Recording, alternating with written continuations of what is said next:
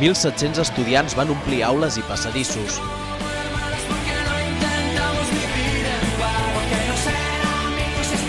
Tots eren alumnes de l'Escola Jesuïtes del Clot. El motiu, fer un lip-tap per commemorar el Dia Escolar de la No Violència i la Pau.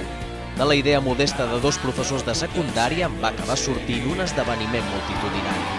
Vam començar a parlar, es va afegir primària, els cicles formatius també en volien participar, infantil, llavors vam veure que això va de tema important, i vam començar a fer el recorregut i vam veure que, clar, comptant eren unes 1.700 persones. Jo crec que la dificultat va ser una miqueta aquesta feina de rellotger, d'encaixar totes les peces aquestes petites que teníem. A mi em va sorprendre molt la predisposició de tanta gent. El lip-tap de l'escola ha estat seleccionat entre els 8 finalistes del concurs que promou la Generalitat a través de l'Institut Català Internacional per la Pau. Vam tenir que reduir una miqueta el lip-tap perquè ens deien una sèrie de minuts i el nostre sobrepassava, i a l'entrega de premis hi van quedar finalistes de 32.